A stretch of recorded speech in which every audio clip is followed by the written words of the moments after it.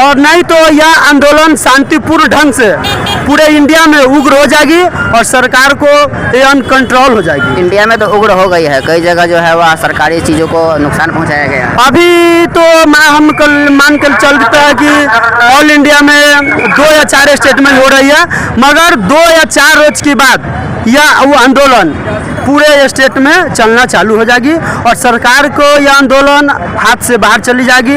ये जो सरकार की पॉलिसी है अग्निपथ योजना, ये इन्हीं पूंजीपति दलालों के हाथों में माने पूरे देश के हाथों माने गिरवी देना चाहती है। सरकार को विवश हम लोग कर देंगे। यदि सरकार नहीं सुनती है तो उनको किसान आंदोलन उनको ध्यान रखना पड़ेगा, बार बार उनको याद करना पड़ेगा। किसानों ने जिस तरीके से उनको माने घुटने टेकने पर मजबूर कर दिया, छात्र समुदाय सबसे एग्रेसिव है। छात्र समुदाय के बातों को यदि वो तरजीह नहीं दिए तो जेपी आंदोलन इसी बिहार की बात है। नमस्कार दोस्तों, मैं हूं नवीन और आप देख रहे हैं न्यू भारत। दोस्तों मैं अभी पटना में मौजूद हूं और यहां पर कुछ छात्र है मौजूद है जो कि प्रोटेस्ट कर रहे हैं अग्निपथ योजना को लेकर के। क्या प्रोटेस्ट है, किस तरह से? सबसे पहली बात सर, न्यू भारत चैनल को धन्यवाद जी। हाल ही फिलहाल 2 रोज पहले सरकार द्वारा एक स्कीम चलाई गई, उस स्कीम का नाम है अग्निपथ योजना। उसके तहत क्या है कि 17.5 साल से लेकर 21 साल तक की लड़का आर्मी का फॉर्म भरेगा और 4 साल में ही उसको रिटायर कर दिया जाएगा। ये सोचने वाली बात है कि मतलब आप हर चीज़ को संविदा पर लेके जा रहे हैं। क्या 4 साल में जॉब से लड़का का ज़िंदगी चल जाएगी? आप एक तो ठीक है, पूरे इंडिया में हाल है कि भारत में बेरोजगारी ज़्यादा है, आप तो बेरोजगारी को और मातम दे रहे हैं।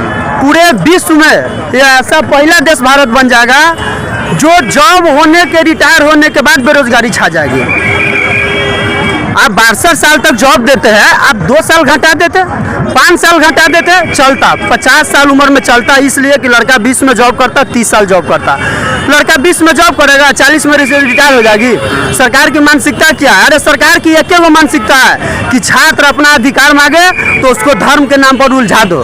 आजकल यही हो रहा है। तो हम लोग चाहते हैं कि सरकार इस अग्निपथ स्कीम को अपने नज़रिया से देखते हुए और विद्यार्थी को देखते हुए बंद कर दे, और नहीं तो यह आंदोलन शांतिपूर्ण ढंग से पूरे इंडिया में उग्र हो जाएगी और सरकार को ये अनकंट्रोल हो जाएगी। इंडिया में तो उग्र हो गई है, कई जगह जो है वह सरकारी चीज़ों को नुकसान पहुंचाया गया है। अभी तो हम कल मान कर चलता है कि ऑल इंडिया में 2 या 4 स्टेट में हो रही है, मगर 2 या 4 रोज के बाद यह वो आंदोलन पूरे स्टेट में चलना चालू हो जाएगी और सरकार को यह आंदोलन हाथ से बाहर चली जाएगी। इसीलिए सरकार एक बार तो कम से विद्यार्थी के बारे में सोचते, और हम आपको कहना चाहते हैं कि इस देश में न्यायपालिका और कार्यपालिका के बाद पत्रकारिता ही होता है। अगर आप लोग चाहिएगा तो बहुत चीज़ सरकार को हिला सकते हैं। तो हम लोगों के साथ साथ जितने मीडिया बंधु हैं वो आए, हम लोग गलत को साथ नहीं दीजिए, सही को साथ एकदम दीजिए।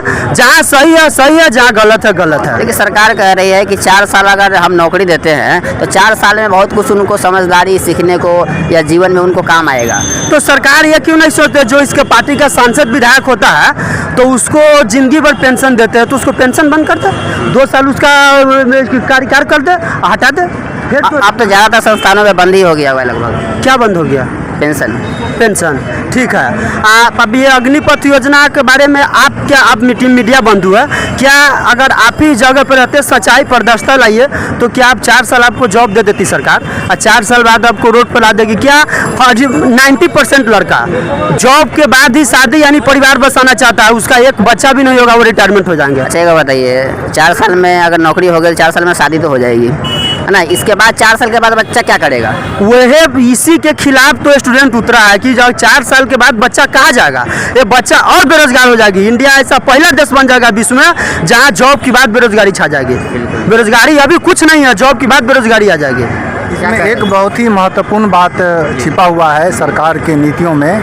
महत्वपूर्ण कहिए या पूरे भविष्य को, देश के भविष्य को माने गर्त में ढकेल दीजिए, ये कहिए।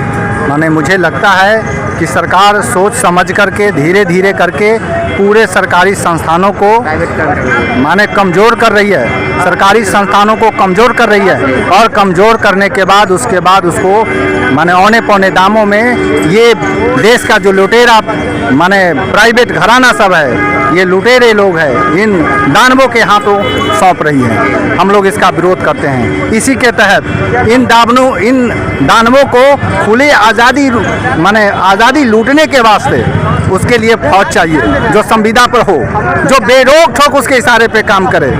इसीलिए ये जो सरकार की पॉलिसी है अग्निपथ योजना, ये इन्हीं पूंजीपति दलालों के हाथों में माने पूरे देश के हाथों माने गिरवी देना चाहती है सरकार।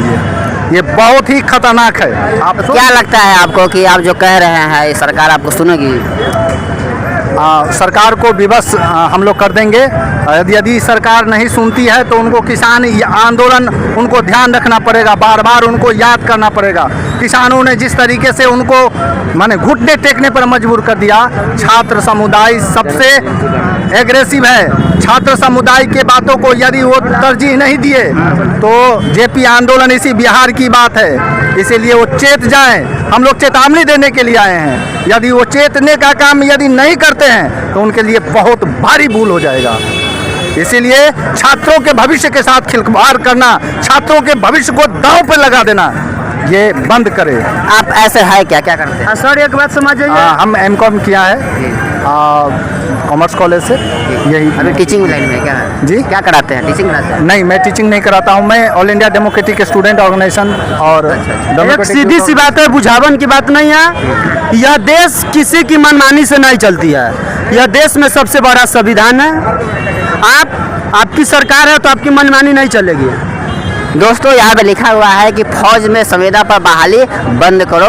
इन लोगों का मांग है, ये लोग प्रोटेस्ट कर रहे हैं और काफी संख्या कम है, लेकिन कुछ देर पहले संख्या इनकी ज्यादा थी। तो दोस्तों मेरा बाकी लोगों का विचार कैसा लगा आप हमें कमेंट करके बता सकते हैं। चैनल को सब्सक्राइब कर दीजिएगा और बेल आइकन भी दबा दीजिएगा। जय हिंद।